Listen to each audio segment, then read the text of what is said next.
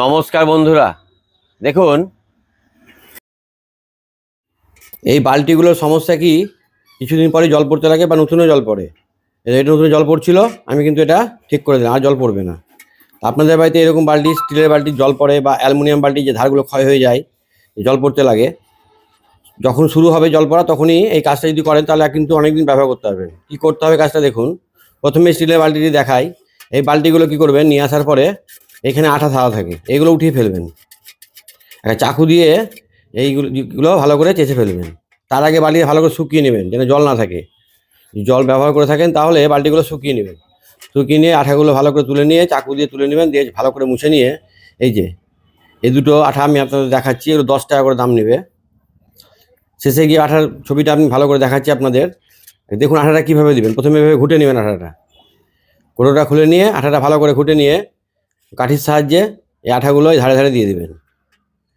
আমি স্পোকের সাহায্যে দিচ্ছি, এই স্পোকের সাহায্যে দেওয়া হবে বা চাকুর সাহায্যে দিলেও হবে। এইভাবে দিলে পরে কী হবে, আঠাটা কম লাগবে। এই দেখুন চাকুতে করে দেওয়া হবে, এই দেখুন চাকুর আগালে একটু করে আঠা নিতে হবে, আর এভাবে খুঁচে খুঁচে ভরতে হবে, মানে যেন ভিতরে আঠাটা ঢুকে যায়। একটু চেপে চেপে দিবেন চাকু দিয়ে, তাহলে আঠাটা ভিতরে চলে যাবে। আমি তাড়াতাড়ি করে দেখাচ্ছি, আপনারা আস্তে আস্তে কাজটা করবেন, আরও ভালো হবে। তো এই স্টিলের বালতিগুলো কী হয়, নতুন অবস্থায় জল পড়ে বা কিছুদিন ব্যবহার করার পর জল পড়তে পারে, তখন আপনারা এই কাজটি করবেন। তবে কাজটি করার আগে বালতিটাকে ভালো করে আগুনে শুকিয়ে নেবেন, না হলে রোদ্দুরে 2 ঘন্টার মতো রেখে শুকিয়ে নেবেন। তারপরে চাকু দিয়ে জয়েন্টে যে আঠাগুলো লেগে থাকে ওগুলো উঠে ফেলবেন। উঠিয়ে ফেলার পরে এই আঠাটি এইভাবে দিবেন। এই আঠাটির নাম হচ্ছে বোনফিট। আঠাটার সম্বন্ধে আমি শেষে গিয়ে আপনাদের ভালোভাবে বুঝিয়ে দিচ্ছি। তো আঠাটা কীভাবে দিলাম, দেওয়া হয়ে গেল। এবার কি করছি, হাত দিয়ে আঙুল দিয়ে ওই জায়গাগুলো চেপে দিলাম। এই অবস্থায় বালতিতে একদিন রেখে দেবেন, তারপর দিন ব্যবহার করবেন। এবার দেখায় এই যে অ্যালুমিনিয়াম বালতিগুলো কিনে নিয়ে আসেন বাজার থেকে, নিয়ে আসার পরে কী হয়, এই ফাঁকে ময়লা ঢুকে যায়।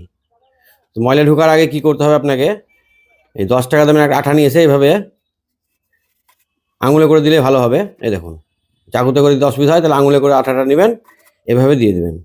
তাহলে কি হবে, এই জয়েন্টের ফাঁকে অনেক সময় ওই সাপ বা ছাই মাটি ঢুকে গিয়ে ঠিক করে মাজতে পারবেন না, এই জায়গাগুলো বেরোবেও না। কিন্তু এই আঠাটা যদি একবার দিয়ে দেন তাহলে কিন্তু এই যে সমস্যাটা থাকবে না, তখন এখানে আর কিছু ঢোকার চান্স থাকবে না, এবং বালতিটাও লিকেজ হওয়ার ভয় কম থাকবে।